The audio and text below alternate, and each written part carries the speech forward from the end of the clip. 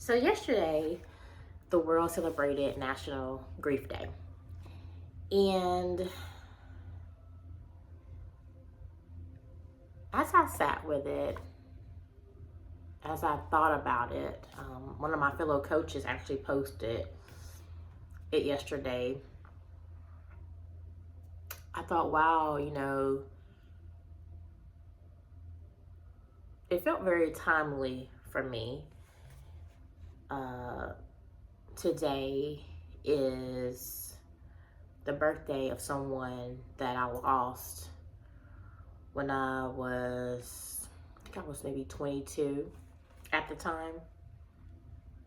And today would be his birthday if he was still living.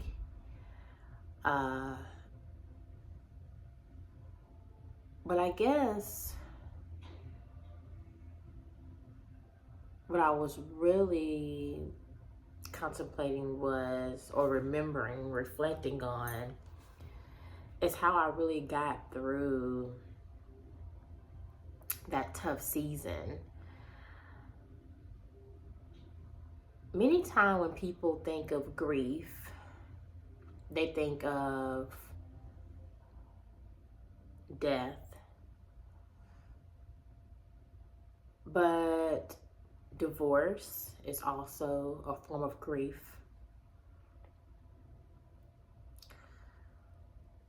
Losing your job can cause grief. Losing, bodily functions, like if you were to lose a limb, your body isn't performing the way it used to be. You learn that you can't have children.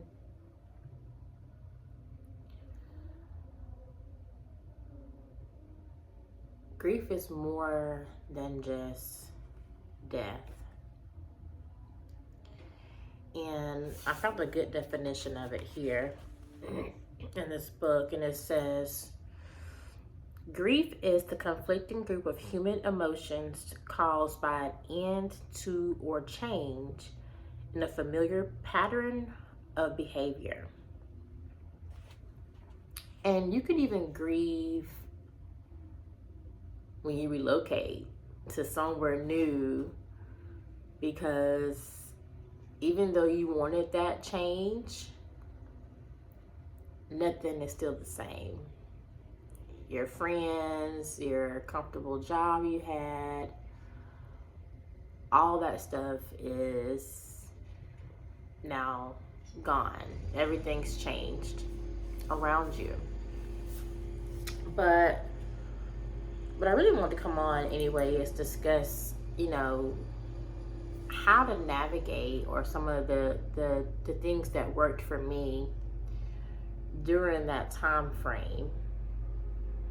Now, once I got through the denial and the anger,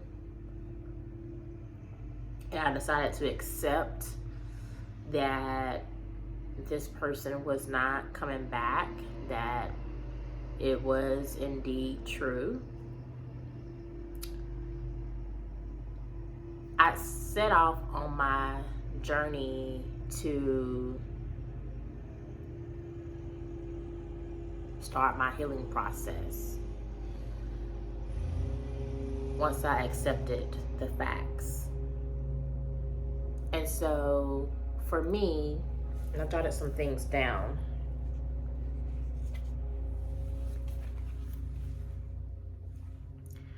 Community was very important for my healing process.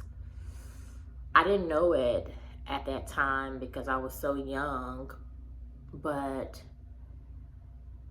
everyone that surrounded me with love and care, that held my hand, they were a huge blessing to me.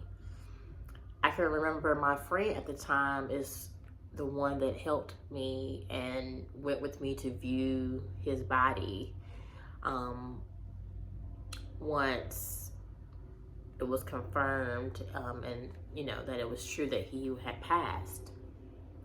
She held my hand. She was, you know, just very much there for me, and I didn't even know I needed that. So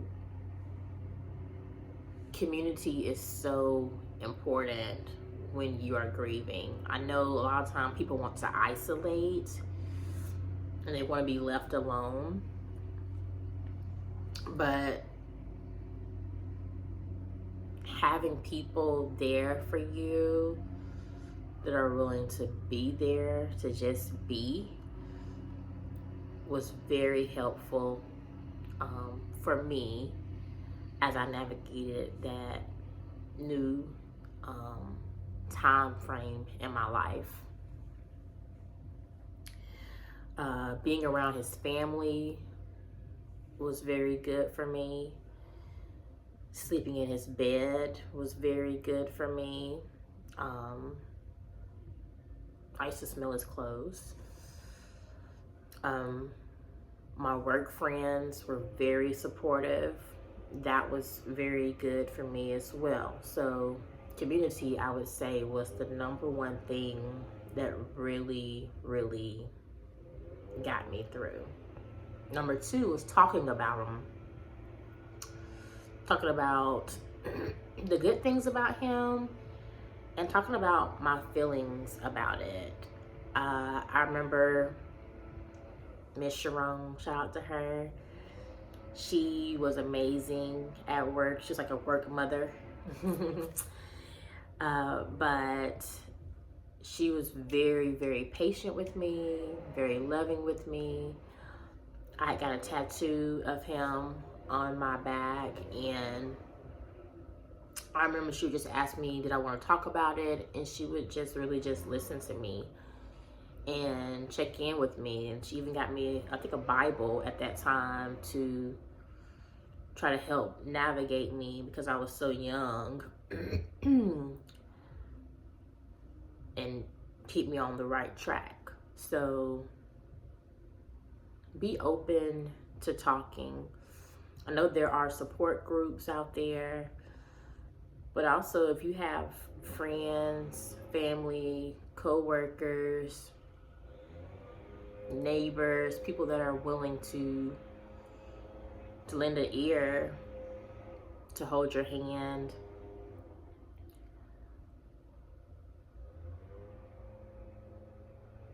when you get down the road and you're able to look back, you'll realize how necessary that really was for you. Another thing that really helped me get through was crying and rest. I can't speak for anybody else, but I can remember being exhausted. Grief was just a lot for me. That was one of my first major personal losses. Of course, I had lost some grandparents and some friends, but when you lose someone that you think is going to be a life partner, I was grieving for the current and the future things I thought were going to come to pass that was taken when he was killed. So get your rest, cry, get it out. Writing really helped me process my emotions.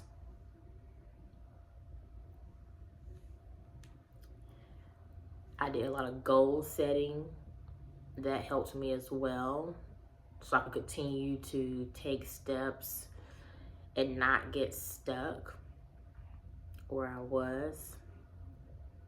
I exercised. It really helped me. just move things out of me. Because sometimes I would just feel things really intensely, just ache. And you know,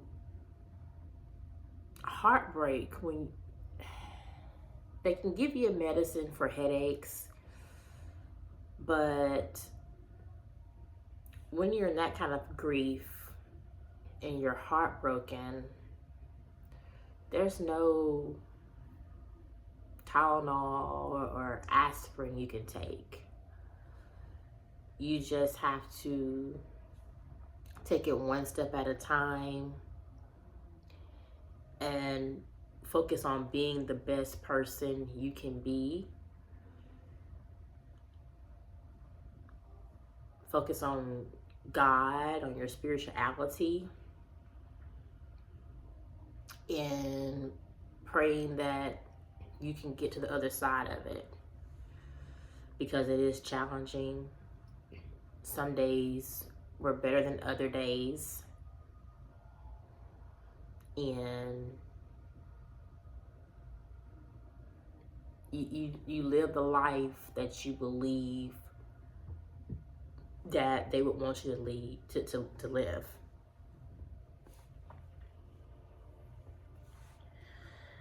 And be patient with yourself. It's a process. It's not gonna happen overnight. And if I'm being completely honest, there were things even later on that will trigger you. Songs, a smell, today, like a birthday, you will remember that person. And you may feel a sense of sadness, but you're able to better manage it once you are ready to move forward and start your healing journey. And it's probably never 100% complete, but you're able to live with it and manage it, and it doesn't take you out. Especially when you choose to remember the good times and cherish those memories. The things that did not work for me was the excessive partying and the drinking, because once that's over, you're back in that space, in that place of remembering. So I hope these tips find you well. I hope that on your healing journey that these are helpful for you, because I know people don't really like to talk about grief, but it is a reality, and we all, have losses, but what's important is how you navigate it. It doesn't have to get you down forever, but you do have to choose to want to recover and move forward in order to start your healing process. So I hope this video found you well. I know it's on a kind of sad note, but you will make it. You will get through this. This is a season, and I'm rooting for you. I am the face of someone that has experienced loss and was able to get back up again. You will be bouncing back. So stay in peace, stay positive, and stay empowered. Take care. Have a great Thursday. Bye-bye.